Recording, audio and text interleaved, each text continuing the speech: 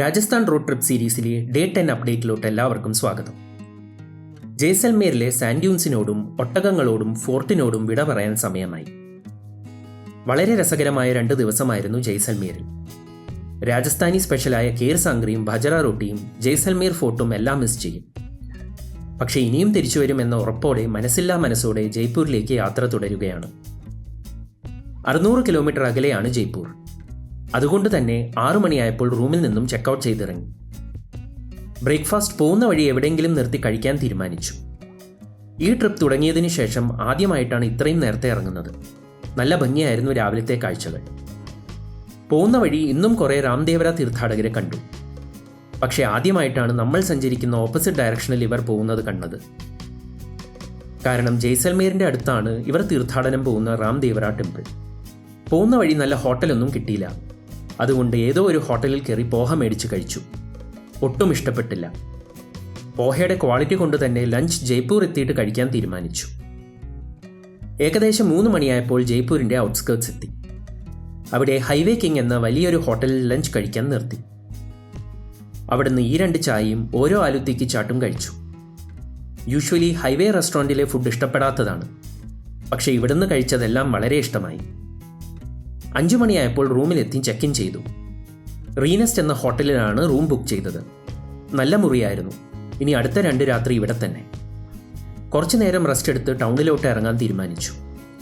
നേരെ പോയത് ഹവാമഹൽ കാണാൻ. സമയം 6:30 ആയെങ്കിലും നല്ല വെളിച്ചമുണ്ടായിരുന്നു. സിറ്റി പാലസിൻ്റെ അടുത്ത് വണ്ടി പാർക്ക് ചെയ്ത് ഹവാമഹൽ ഭാഗത്തോട്ട് നടന്നു. നല്ല തിരക്കായിരുന്നു. സിനിമയിലും ഫോട്ടോസിലും ഹവാമഹൽ കണ്ടിട്ടുണ്ടെങ്കിലും നേരിട്ട് കാണുമ്പോൾ അതിൻ്റെ ഭംഗി വേറെ തന്നെയാണ്. കുറച്ചു നേരം അവിടെ നിന്ന് അതിൻ്റെ ഭംഗി ആസ്വദിച്ച് റൂമിലോട്ട് മടങ്ങി. അടുത്ത ദിവസം ജയ്പൂരിലെ കാഴ്ചകൾ കാണാൻ നേരത്തെ എണീക്കാനായിരുന്നു പ്ലാനെങ്കിലും യാത്രാക്ഷീണം കാരണം എണീക്കാൻ വൈകി. എണീറ്റ് ഫ്രഷായി റൂമിൽ നിന്നും ഇറങ്ങിയപ്പോൾ 10 മണി കഴിഞ്ഞു. നേരെ പോയത് ബ്രേക്ക്ഫാസ്റ്റ് കഴിക്കാൻ. ജയ്പൂരിലെ ജവഹർ കലാ കേന്ദ്രയുടെ അകത്തുള്ള ICHലാണ് പോയത്. നല്ല ആംബിയൻസ് ആയിരുന്നു അതിൻ്റെ ഉള്ളിൽ. ഒരുപാട് മരങ്ങളും ഓപ്പൺ സ്പേസും ഉണ്ടായിരുന്നു. ഒരുപാട് കൾച്ചറൽ ഇവൻറ്റ്സും ആർട്സ് എക്സിബിഷനും ഒക്കെ നടക്കുന്ന ഒരു സ്ഥലമാണിത്. അവിടുന്ന് ഒരു ടൊമാറ്റോ ഓംലെറ്റും വെജ് ഗ്രിൽഡ് സാൻഡ്വിച്ചും മസാല ദോശയും കോഫിയും കുടിച്ച് അവിടുന്ന് ഇറങ്ങി. അവിടുന്ന് നേരെ പോയത് അമ്പേർ പാലസിലോട്ട്. പോകുന്ന വഴി പലയിടത്തും ഗൈഡുകൾ വണ്ടി തടഞ്ഞ് നിർത്താൻ ശ്രമിച്ചെങ്കിലും അവർക്കൊന്നും പിടികൊടുക്കാതെ ഞങ്ങൾ മുകളിൽ വരെ ഡ്രൈവ് ചെയ്ത് തന്നെ പോകാൻ തീരുമാനിച്ചു. വളരെ ഇടുങ്ങിയ വഴിയാണ് മുകളിൽ വരെ. കൂടാണ്ട് ചെറിയ മഴയും പെയ്തു തുടങ്ങിയിരുന്നു.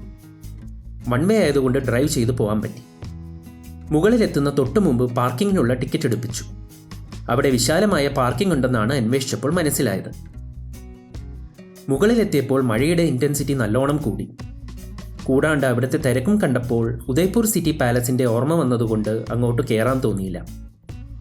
പാർക്കിങ്ങിലോട്ട് പോലും കയറ്റാതെ വണ്ടി നേരെ താഴോട്ട് ഇറക്കി.